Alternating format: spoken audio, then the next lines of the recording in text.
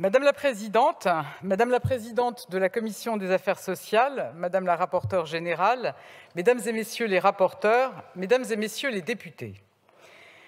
Nous nous retrouvons à nouveau dans une situation que nous connaissons toutes et tous et qui ne surprendra personne. Une position de principe des groupes d'opposition qui ne souhaitent pas bâtir des majorités sur les textes financiers, quelles que soient les concertations menées et le contenu du projet de loi. Des délais constitutionnels que nous savons contraints et qui ont encore été réduits par la multiplication des motions de censure. Et un texte, le projet de loi de financement de la sécurité sociale, dont notre pays a besoin, dont nos concitoyens ont besoin. Ce PLFSS est ambitieux.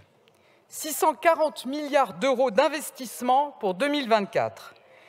640 milliards d'euros pour notre santé, pour les familles, pour l'autonomie de nos aînés et des personnes en situation de handicap, pour nos retraites. 640 milliards d'euros qui tomberaient si vous rejetiez cette deuxième partie du PLFSS. Elle nous permet de répondre à des enjeux majeurs, renforcer la lutte contre la fraude, faire évoluer les cotisations sociales des travailleurs indépendants pour améliorer leurs retraites, prendre des mesures importantes pour les agriculteurs, pour les jeunes des lycées professionnels. C'est une partie qui a été enrichie par des amendements de la majorité comme des oppositions, en première lecture dans cette Assemblée, et par des amendements du Sénat. Mesdames et Messieurs les députés, le projet de loi de financement de la sécurité sociale est le cœur même de notre modèle social. Il rassemble et protège les Français. Nous ne pouvons pas prendre le risque de les en priver. Aussi, sur le fondement de l'article 49, alinéa 3 de la Constitution, j'engage la responsabilité de mon gouvernement sur la deuxième partie du projet de loi de financement de la sécurité sociale pour 2024. Je vous remercie.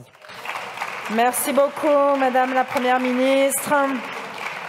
L'Assemblée nationale prend acte de l'engagement de la responsabilité du gouvernement conformément aux dispositions de l'article 49, alinéa 3 de la Constitution. Le texte sur lequel la Première ministre engage la responsabilité du gouvernement sera annexé au compte-rendu de la présente séance. En application de l'article 155, alinéa 1er du règlement, le débat sur ce texte est immédiatement suspendu. Ce texte sera considéré comme adopté, sauf si une motion de censure déposée avant demain 18h47 est votée dans les mêmes conditions, dans les conditions prévues à l'article 49 de la Constitution. Dans l'hypothèse où une motion de censure serait déposée, la conférence des présidents fixera la date et les modalités de sa discussion. La séance est suspendue. Je vous remercie.